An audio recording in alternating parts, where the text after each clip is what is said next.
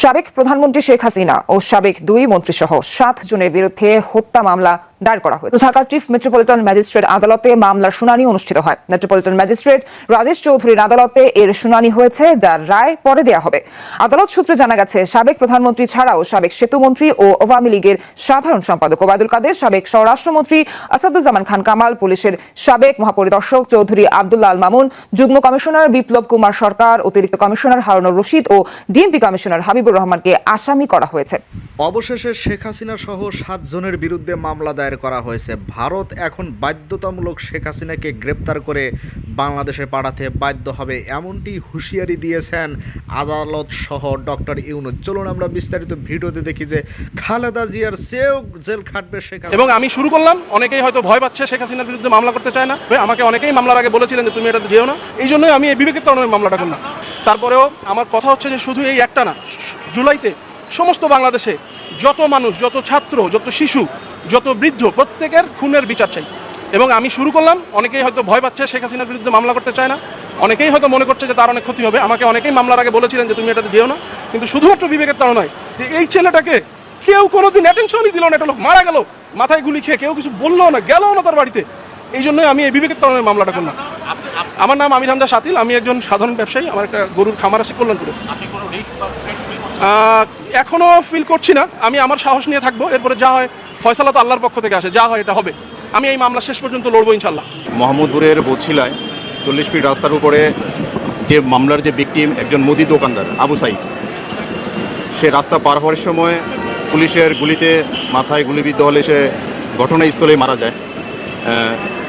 এবং তার পক্ষে আজকের যে বাদী SM আমির হামজা মামলা দায়ের করলে বিজ্ঞ আদালত তার বাদীর জবানবন্দি গ্রহণ করেন এবং আমরাও বক্তব্য রাখি। বক্তব্য শ্রবণ করার পরে বিজ্ঞ আদালত বলছে যে আমি পর্যবেক্ষণে আদেশ দিব। এখন আদেশ হয়নি, আমরা অপেক্ষায় আছি। শুনানিতে আমরা আর্জিতে যা উল্লেখ করেছি, আমরা সেই বক্তব্য রেখেছি। আদালত বলছে যে আমি পর্যবেক্ষণ আদেশ দিব। আমরা বলেছি যে হুজুর আদালত, আপনারা অবশ্যই অবগত আছেন যে বাংলাদেশে যে একটা নৃশংস যে ঘটনা ঘটেছে, পুলিশ নির্বিচারে গুলি চালিয়েছে এবং আমরা যে মামলায় আসামি করেছি তারা বিভিন্ন গণমাধ্যমে আপনারা দেখেছেন, ওনারা সরাসরি নির্দেশ দিয়েছেন ছাত্র এবং জনতাকে গুলি করার জন্য। আমরা এই আসামিদের বিরুদ্ধে আইন আমলে নিয়ে মামলার একটি FIR দেওয়ার জন্য আমরা বিজ্ঞ আদালতের নিকট। সাবেক প্রধানমন্ত্রী শেখ হাসিনার বাংলাদেশকে ঘিরে যে পরিকল্পনা যে তিনি আগামী 15ই আগস্ট বাংলাদেশে আসছেন অথবা আগে পরে আসছেন, আসলে সেই স্বপ্নটা এখন অধরাই থেকে যাবে। তিনি এখন ইচ্ছা করলেও আর বাংলাদেশে আসার মতন পরিস্থিতি তার জন্য নেই, কারণ যে মামলাগুলো হচ্ছে, অলরেডি যে মামলা হয়েছে এজাহারে যা লেখা হয়েছে, এরকম মামলা আগামী আপনি ধরে রাখেন 1 সপ্তাহে 4 থেকে 500 মামলা হবে। এর পাশাপাশি বিভিন্ন সেক্টরে যে দুর্নীতি, লুটপাট, সেগুলোর জন্য তিনি কিন্তু আসামির কাঠগড়ায় দাঁড়াতে যাচ্ছেন। আর আমরা যদি একটু অতীতটা দেখি, মাত্র 2 কোটি টাকার একটা মামলায় সাবেক প্রধানমন্ত্রী বেগম খালেদা জিয়াকে যেই পরিমাণ কারাগার সহ্য করতে হয়েছে, তাহলে প্রশ্ন উঠতে পারে যে রিসেন্টলি যিনি সাবেক প্রধানমন্ত্রী হয়েছেন শেখ হাসিনা, তার শাস্তিটা কি হতে পারে। ফাঁসির আবেদন করা হচ্ছে, এর পাশাপাশি আমৃত্যু জেল, আরো অনেক কিছুই ঘটতে পারে। তো অনেকে প্রশ্ন করতে পারেন যে ভাই এটা কি সম্ভব? যে সম্ভব, কারণ সাবেক প্রধানমন্ত্রী বেগম খালেদা জিয়াকে যেভাবে জেলে ঢুকানো হয়েছিল, বাংলাদেশ বিএনপি যেমন চুপচাপ ছিল, পাশাপাশি দীর্ঘ সময় ধরে এই মামলায় তিনি দেশের বাইরেও যেতে পারেন নাই। যদি শেখ হাসিনা বাংলাদেশে আসেন, তাকে গ্রেপ্তারও করা হবে, তাকে জেলেও ঢুকানো হবে। আর আওয়ামী লীগের যে সকল নেতাকর্মীরা মনে করছে যে রাজপথে জীবন আপনি দিতে পারবেন, তবে এইবারের জীবন দেওয়াটা হবে সেনাবাহিনীর বুলেটে, অথবা পাশাপাশি পুলিশের যে নতুন রিফর্ম টিম মাঠে নামতে যাচ্ছে। কারণ যে কোনো প্রশাসনের সবচেয়ে বড় হাতিয়ারটা হচ্ছে, রাজনৈতিক সরকারের বড় হাতিয়ার হচ্ছে প্রশাসন। গত 53 বছর এই চিত্র আমরা যেটা দেখছি, সেখানেও আমূল পরিবর্তন হতে যাচ্ছে। তার মানে এখন মাঠে নামলে কোনো ধরনের অস্ত্রশস্ত্র প্রদর্শন, কোনো রকম নৈরাজ্য সৃষ্টির চেষ্টা করলে পুলিশের আসল ক্ষমতা কি, সেইটাই প্রকাশ করা হবে। এই উদ্দেশ্যে অলরেডি পুলিশের মধ্যে বড় ধরনের কিন্তু একটা রদবদল ঘটেছে। যারা আওয়ামীপন্থী বা আওয়ামী সরকারের আমলে যারা বড় ধরনের পদ পদবিগুলো পেয়েছিল, তাদের অবস্থা ভাই কঠিন খারাপের দিকে যাচ্ছে।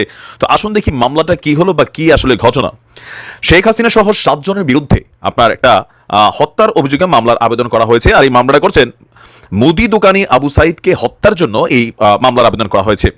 আজকে ঢাকার মেট্রোপলিটন ম্যাজিস্ট্রেট রাজেশ চৌধুরীর আদালত বরাবর বাসিন্দা আদাবর এলাকার বাসিন্দা ব্যবসায়ী SM আমির হামজা তিনি এই মামলাটি প্রথম রুজু করলেন।